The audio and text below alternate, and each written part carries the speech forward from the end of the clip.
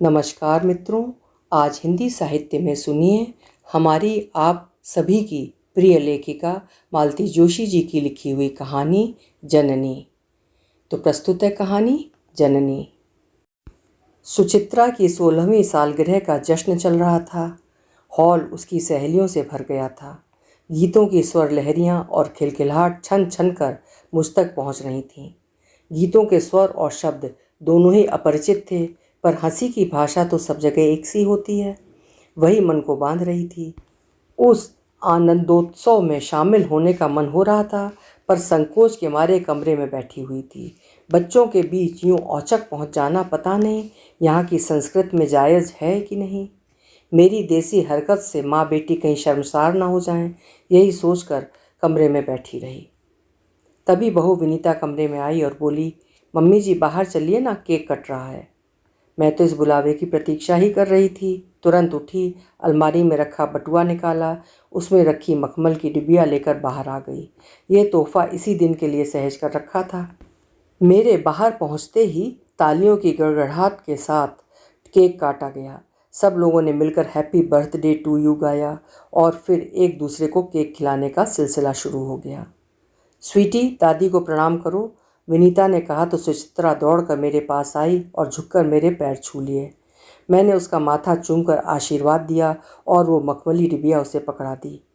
Oh how cute!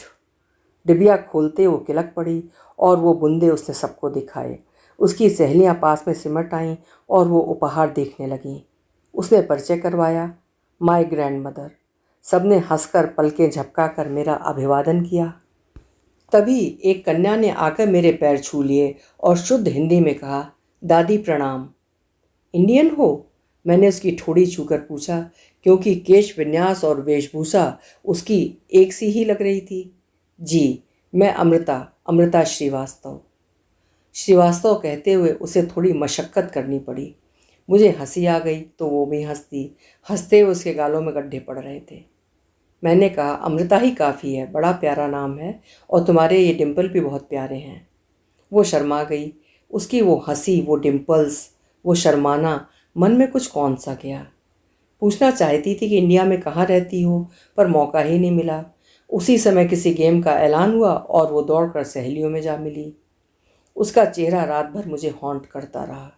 शायद वो एकमात्र भारतीय चेहरा था इसलिए, या कि बहुत सुंदर था इसलिए, पता नहीं। सुबह सुबह भी मुझे उसकी याद बनी रही। विनीता, चाय पीते हुए मैंने कहा, स्वीटी की उस भारतीय सहेली को देखकर मुझे रात भर नींद नहीं आई। वो चेहरा बेहद जाना पहचाना सा लग रहा था। सुबह याद आया कि वो मेरी एक सहेली के चेहरे से मिलता जुलता है। जरूर ये उसकी बेटी होगी। विनीता हंसने लगी। मम्मी जी, उसकी माँ आपकी सहेली कैसे हो सकती है? वो तो मेरी हम उम्र है। हाँ, उसकी दादी नानी आपकी सहेलियाँ हो सकती हैं।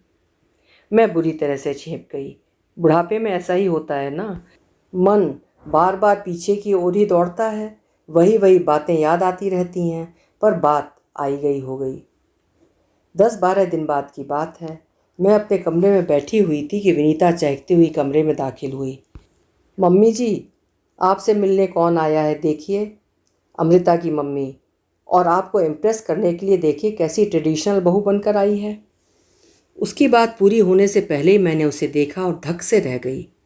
उस दिन बिटिया में तो बस झलक देखी थी, ये तो साक्षात रेणुका मेरे सामने खड़ी थी। मैं अपने अचरज से उबरती तब तक वो मेरे पैरों में झुक गई थी। मैंने उसे उठाया और अपने पास पलंग पर बिठा लिया। लाल चौड़े पाड़ की कलकत्ता साड़ी, बड़ा सा जूड़ा, जूड़े में चांदी का वेणी फूल, माथे पर बड़ी सी बिंदी और हाथ भर चूड़ियाँ। बड़ी सुंदर लग रही हो बेटा। क्या नाम है तुम्हारा? आशा। आशा पूर्णा। वाह, बड़ा प्यारा नाम है। आशा पूर्णा जी को पढ़ा है कभी? मम्मी पढ़ती थीं, इसीलिए ये नाम दिया है। एक और कारण है, 12 साल बाद ही से ही मेरे रूप में मम्मी की आशा पूर्ण जो हुई थी। मैं कुछ पूछती इससे पहले ही उसने कहा, मुझे तो पता ही नहीं था कि आप आई हुई हैं। उस दिन अमृता ने बताया। बहुत एक्साइटेड थी। दादी उसका वीक पॉइंट है, अपनी दादी से बहुत अटैच्ड है। वे लोग आते जाते रहते होंगे। बस एक बार आए थे। इतना लंबा सफ़र अब उन लोगों से होता नहीं है। सफ़र तो वाकई बहुत लंबा है, आदमी पस्त हो जाता है। जब भी आई हूँ बहुत हिम्मत जुटाकर आई हूँ, पर अब लगता है यही आखिरी ट्रिप होगी। इन लोगों से कह भी दिया है जब भी मिलने का मन हो तुम लोग ही आ जाया करो। अब ये सफ़र मेरे बस का नहीं है। इसीलिए तो साल डेढ़ साल में हम ही लोग एक चक्कर लगा लेते हैं। ससुराल कहाँ है तुम्हारी? बरेली उत्तर प्रदेश। और पीहर? जमशेदपुर बिहार। अब तो झारखंड हो गया है ना। तुम्हारी माँ का नाम क्या है? वो चौंकी पर जवाब दे दिया, जी प्रेमलता। और ननिहाल कहाँ है तुम्हारी? जी बरौनी उत्तर प्रदेश। उसने जवाब देते हुए विनीता की ओर देखा। मैंने देखा। विनीता अजीब निगाहों से मुझे घूर रही थी। फिर सहज भाव से बोली, आशा बुरा मत मानना, तुम्हारी बिटिया में मम्मी जी को अपनी एक सहेली की झलक दिखाई दी, इसीलिए इतने सवाल पूछ रही हैं। मम्मी जी कहती हैं कि दुनिया में एक साथ 7 चेहरे एक जैसे होते हैं। जानती हूँ रे, पर आदत का क्या करूँ, कोई भी भारतीय चेहरा दिखाई देता है तो मैं रिश्ते तलाशना शुरू कर देती हूँ। आशा बिटिया, तुम मेरी बात को सीरियसली मत लेना। हम हिंदुस्तानियों का स्वभाव ही होता है।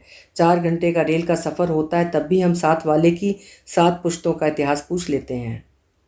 बात वहीं ख़त्म हो गई। फिर हम लोग बैठकर बिहार, यूपी और मध्य प्रदेश की संस्कृति के बारे में बात करते रहे, त्योहारों की चर्चा करते रहे, लोकगीत खंगालते रहे, मुहावरों के अर्थ ढूंढते रहे। 2 घंटे कहाँ निकल गए पता ही नहीं चला। उसके बाद आशा से कई बार मुलाकात हुई, कभी मॉल में, कभी मंदिर में, कभी किसी पार्टी में। वो मुझसे आदर भाव से मिलती रही, मैं सामान्य भाव से बतियाती रही। फिर पुरानी बातों को दोहराने का मैंने पागलपन नहीं किया। मेरी वजह से घर वालों को संकोच हो यह अच्छा नहीं लगता। मेरी अमेरिका यात्रा अपने आखिरी छोर पर आ पहुंची थी। बच्चों के बीच 4 महीने कैसे बीत गए पता ही नहीं चला। रहने को तो 2 महीने और भी रह सकती थी, पर ये 2 महीने मुझे कनाडा वाली बिटिया को भी देने थे। उसके लिए दोबारा मैं इतनी दूर नहीं आ सकती थी। वैसे भी मैंने तय कर लिया था कि ये मेरी अंतिम विदेश यात्रा है। दोबारा इतनी हिम्मत मैं नहीं जुटा पाऊंगी। बेटे ने मेरे लिए 2-3 हिंदी चैनल्स लगा दिए थे। दोपहर में देख लेती थी, अकेलापन नहीं खलता था। उस दिन ऐसे ही कोई सीरियल देख रही थी कि दरवाजे की घंटी बजी। यहाँ तो घंटी बजाकर कोई आता ही नहीं है। तीनों के पास अपनी चाबियाँ हैं, नौकर चाकरों का तो सवाल ही नहीं है। डाकिया भी डाक लेकर लेटर बॉक्स में डाल जाता है। कोई ख़ास डिलीवरी होती है तो ही बेल बजती थी। कुछ असमंजस में ही मैंने दरवाज़ा खोला और चकित रह गई। क्षण भर को तो मैं उसे पहचान ही नहीं पाई। वो भी थोड़ी असहज हो आई। बोली, सॉरी आंटी, इन कपड़ों में आपके सामने आते बड़ा संकोच हो रहा था, पर घर चली जाती तो आलस आ जाता, इसलिए ऑफिस से सीधे चली आई। अच्छा किया बेटा, और संकोच करने की ज़रूरत नहीं है। मुझे तो अब ये कपड़े देखने की आदत हो गई है, और सच कहूँ इन कपड़ों में भी तुम बहुत सुंदर लग रही हो। वो शर्मा गई। फिर दिल में एक घंटी सी बजी। ऑफिस से आई हो तो पहले एक एक कप चाय का हो जाए, मैंने कहा। आंटी, चाय मैं बनाती हूँ। मैंने मना नहीं किया। बहू रानी की अति आधुनिक रसोई में कुछ भी बनाते मुझे डर लगता है। बस दोपहर की चाय भर बनाती हूँ मैं। चाय पीते हुए मैंने कहा, तुम्हारा ऑफिस जल्दी छूट जाता है क्या? विनीता का तो। आंटी, मैं हाफ डे लेकर आई हूँ। पता चला आप वापस जा रही हैं, सोचा मिल आऊँ, पता नहीं फिर कब मिलना हो। अच्छा किया बेटे, बहुत अच्छा किया। मुझे सचमुच बहुत अच्छा लग रहा था कि वो मेरे लिए इतना समय निकाल कर आई है। और बस इसके बाद हमारे बीच एक मौन पसर गया। कुछ देर मैं प्रतीक्षा करती रही। फिर मैंने पूछा, बड़ी चुप चुप हो, क्या बात है? हिम्मत जुटा रही हूँ आंटी, आपसे एक बात कहनी थी, पर आप किसी से कहिएगा नहीं, विनीता से भी नहीं। निश्चिंत रहो बेटा, वैसे ना कहना चाहो तो मुझसे भी मत कहो, कोई फ़र्क नहीं पड़ेगा। नहीं, आपसे तो कहना ही है, इसीलिए तो आई हूँ। फिर पता नहीं मौका मिले या न मिले। कुछ देर तक चुप्पी छाई रही। फिर वो एकाएक बोल उठी, aunty, I am an adopted child. मतलब? सब कुछ समझने के बावजूद मैंने अपना आश्चर्य छुपाने के लिए प्रश्न कर लिया। मुझे गोद ले लिया गया था। कब? मैं बहुत छोटी थी तभी। तब तो तुम्हें कुछ याद नहीं होगा। हाँ, मुझे कुछ भी याद नहीं है, बस मम्मी पापा का प्यार दुलार ही याद है। मुझे उन्होंने राजकुमारियों की तरह पाला था। दुनिया की कोई ऐसी चीज़ नहीं थी जो मांगने पर मुझे नहीं मिलती। सच तो ये है कि मांगने की ज़रूरत ही नहीं थी, उससे पहले ही सब कुछ हाजिर हो जाता था। बड़ा ही सुखी संपन्न बचपन था मेरा। काश मैं कभी बड़ी ही ना होती। तुम्हें कब पता चला? यूं तो मम्मी मुझे रिश्तेदारों से बचा कर ही रखती थी, फिर भी कभी ना कभी सामना हो ही जाता था। तब उनकी खुसर पुसर से मैं बेचैन हो जाती थी। उनकी नज़रों का कौतूहल मुझे असहज कर देता था। मैं जब 12 साल की हो गई तो मेरी आया बाई ने कहा, मैडम अब बेबी को छोड़कर मत जाया करो, ज़माना बहुत ख़राब है। रिश्ते की एक शादी में शिरकत ज़रूरी थी। मम्मी मजबूरन मुझे लेकर गईं। वहाँ उनकी एक दूर की बहन अरसे बाद उन्हें मिली। देखते ही बोली, प्रेमा ये वही लड़की है ना? मम्मी जब तक उन्हें आंखों से बरसती वे आधा वाक्य बोल चुकी थी। मम्मी का इशारा पाकर सुर बदल कर बोली, कितनी बड़ी हो गई है ना? मम्मी एकदम विफर गई, तो बड़ी नहीं होगी क्या? 12 साल बाद मिलोगी तो बिटिया क्या उतनी सी रहेगी? जानती हो लड़कियां कितनी जल्दी बढ़ती हैं। वहाँ से लौटकर मैं एकदम गुमसुम सी हो गई थी। लोगों का अजीब निगाहों से घूरना और खुसर फुसर करना अब समझ में आ रहा था। अब समझ में आया कि मम्मी मुझे रिश्तेदारों से दूर क्यों रखती थी। 2-3 दिन तक मैं गुमसुम बनी रही। मैंने खाना छुआ तक नहीं। मम्मी पापा परेशान हो गए। मेरी एक ही जिद थी, मुझे सच बताया जाए। पापा बोले, तुम्हें एक दिन सच्चाई बतानी ही थी। हम सिर्फ ठीक समय का इंतज़ार कर रहे थे, तो चलो आज ही सही। ये सब सुनने समझने सहने की तुम्हारी उम्र नहीं है, पर मजबूरी है। सब कुछ सुनाने के बाद मम्मी ने कहा, बेटा मैंने तुम्हें सिर्फ जन्म नहीं दिया है, बाकी वो सब दिया है जो मैं दे सकती थी, और हमारे पास जो कुछ है वो सब तुम्हारा है। इत्मीनान रखो। पापा बोले, देखो सिर्फ जन्म देना ही महत्वपूर्ण नहीं है, असली बात है परवरिश, अच्छी परवरिश। हमने तुम्हें वही देने की कोशिश की है और करते रहेंगे। हम चाहते हैं कि तुम ऊंची से ऊंची तालीम पाओ और जीवन में खूब तरक्की करो। हम तो ये बात भूल ही चुके हैं कि तुम्हें हमने जन्म नहीं दिया। तुम भी भूल जाओ। जिन बातों को याद करने से दुख होता हो उन्हें भूलना ही बेहतर है। तुम भी ये सब भूल कर अपनी दुनिया में लौट आओ। खेलो कूदो पढ़ो लिखो। पूरी ज़िंदगी तुम्हारे सामने है, उसे खुशगवार बनाने की कोशिश करो। और तुम जानती हो तुम्हारी खुशी में ही हमारी खुशी है। पापा की समझाइश के बाद भी मेरी उदासी दूर नहीं हुई। मैं अपने आप को एकदम बहुत अकेला अनुभव करने लगी थी। आखिर एक दिन मैंने मम्मी पापा से कह दिया, अगर आप लोग मुझे खुश देखना चाहते हैं तो प्लीज़ मेरी एक इच्छा पूरी कर दीजिए, उसके बाद मैं आपसे कुछ नहीं मांगूंगी। बोलो क्या चाहती हो? प्लीज़ मुझे एक भाई ला दीजिए। वे दोनों जैसे आसमान से गिरे। फिर थोड़ी देर बाद पापा बोले, इसका मतलब समझती हो? वो आने वाला तुम्हारे प्यार में भी हिस्सेदार होगा और जायदाद में भी। होने दीजिए पापा, जिनके यहाँ 4 बच्चे होते हैं वहाँ भी प्यार बढ़ता है और पैसा भी। फिर भी उन लोगों में एक रिश्ता तो होता है। मैं यही चाहती हूँ। कल को आप लोग नहीं रहेंगे तो कोई तो होगा जो मेरा अपना होगा। मम्मी पापा आज फिर से मुझे देख रहे थे। उन्हें ही नहीं, मुझे खुद लग रहा था कि इन 10-15 दिनों में एकदम बड़ी हो गई हूँ, अपनी उम्र से भी आगे निकल गई हूँ। 1.5-2 साल इसी ऊहा-पोह में निकल गया। फिर उन्हें भी मेरी बात में तथ्य नज़र आया होगा। वे भी सोच रहे होंगे कि कल को मेरी शादी के बाद वे लोग एकदम अकेले पड़ जाएंगे। फिर उन्होंने 4 साल का एक बेहद प्यारा सा बच्चा गोद ले लिया। मम्मी बोली कि अब इस उम्र में बहुत छोटे बच्चे की साथ संभाल मुझसे नहीं होगी। इस बच्चे को एक तरह से मैंने ही पाला है। पूरे 10 साल छोटा है मुझसे, पर वो मेरे जीवन का केंद्र बिंदु बन गया था। स्कूल का समय छोड़कर मेरा खाना पीना सोना जागना उसी के साथ होता था। एक अजीब बॉन्ड था हम दोनों में।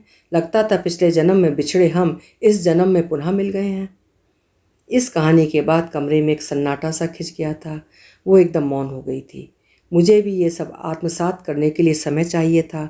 मैं चाय बनाने के लिए उठ गई और थोड़ी देर को उसे अकेला छोड़ दिया। उसे चाय का कप पकड़ाते हुए मैंने धीरे से पूछा, तुम्हारे ससुराल वालों को ये मालूम है? मैंने शादी ही इसी शर्त पर की थी कि सामने वाले को सब कुछ सच सच बता दिया जाए। बाद में पता चलने पर मुझ पर धोखाधड़ी का आरोप लगाना तो मुझे सहन नहीं होगा। मैं तो शादी करना ही नहीं चाहती थी, पर मम्मी पापा का बहुत मन था कि उनके दरवाजे पर भी शहनाई बजे, बारात आए। फिर 2-3 रिश्ते कोई इसी कारण लौट गए, पर ये लोग तैयार हो गए। सास ससुर और पति, बस तीनों को पता है। ससुर जी बोले, सबको बताने की ज़रूरत नहीं है। फिर 10 तरह की बातें होती हैं। मेरी ननद को भी शायद पता नहीं है। तुम्हारे साथ लोगों का बर्ताव कैसा है? बहुत अच्छा, बहुत प्यार दुलार और आदर मान देते हैं। इसीलिए मैं भी उनका मन रखने का भरसक प्रयास करती हूँ। वहाँ जाती हूँ तो सीधे पल्ले की साड़ी पहनती हूँ, सिर ढकती हूँ, चूड़ी बिंदी बिछिया सब पहनती हूँ। इसीलिए मैंने अपने बाल भी नहीं कटवाए, क्योंकि साल में एक बार जाना होता ही है। मेरे दोनों बच्चे भी वहाँ जाकर एकदम देसी हो जाते हैं। तुम्हारा भाई, वो तो बड़ा हो गया होगा। हाँ, 28 का है, इंजीनियर है। पिछले साल हमने उसकी शादी भी कर दी। उन लोगों को भी पहले सब बता दिया, पर प्रॉपर्टी इतनी है कि उनसे मना करते नहीं बना। बहू अच्छी है। हाँ, दोनों यहाँ आने के लिए फड़फड़ा रहे हैं, पर मैंने कहा अभी रुक जाओ, दोनों बूढ़े हो चले हैं, पापा तो बहुत ही थक गए हैं, ऐसे में उनको अकेले छोड़ना ठीक नहीं है। कल को कहने को हो जाएगा कि पेट जाया होता तो छोड़कर थोड़े ही जाता। पेट जाए क्या छोड़कर नहीं जाते हैं? पर उन्हें कोई दोष नहीं देगा आंटी, पर यहाँ तो कहानी ही दूसरी है ना। बोलते बोलते उसकी नज़र कलाई घड़ी पर गई। ओ माय गॉड, कितना समय हो गया पता ही नहीं चला, और जो कहने आई थी वो बात तो रही जा रही थी। इतनी लंबी कहानी के बाद भी कुछ शेष था, मैं मन में सोचने लगी। आंटी जी, उसने गला साफ करके कहा, मुझे और अमृता को देखकर आपको जिनकी याद आ गई थी, वे अगर कभी मिलें तो उनके सामने मेरा जिक्र मत करना। अब तक नाराज़ हो? नाराज़ थी, उनसे नफ़रत भी थी, पर जिस दिन पहली बार अमृता को गोद में लिया, उस दिन सारी नाराज़गी, सारी नफ़रत ममता के ज्वार में बह गई। समझ गई कि कोई बहुत बड़ी मजबूरी रही होगी, नहीं तो अपने कलेजे के टुकड़े को कोई यूँ छोड़कर नहीं जाता। और मजबूरी क्या होगी, हम आप समझ सकते हैं। अपने मम्मी पापा की नाराज़गी का डर है। उन बेचारों को क्या पता लगेगा, वे अपनी दुनिया में मस्त हैं। फिर वो कुछ देर चुप रही, फिर बोली, आंटी, वे जो भी हैं, जहाँ भी हैं, सुखी रहें, यही चाहती हूँ। पहले मैं डरती थी कि मेरी जन्मदात्री पता नहीं किस कुलशील की होगी, पर जब आपकी सहेली हैं तो अच्छे घर की ही होंगी।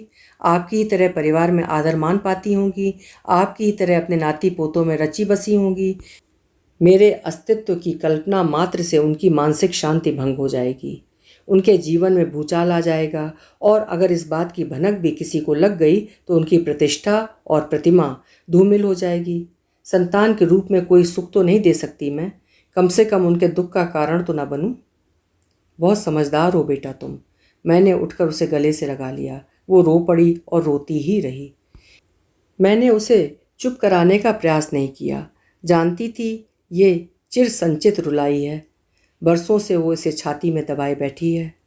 और मुझे ये भी एहसास हो गया था कि वो जिससे लिपट कर रो रही है वो मैं नहीं हूँ, उसकी माँ है। अभी आप सुन रहे थे मालती जोशी जी की लिखी हुई कहानी जननी। उम्मीद करती हूँ कहानी आपको पसंद आई होगी। फिर मिलेंगे।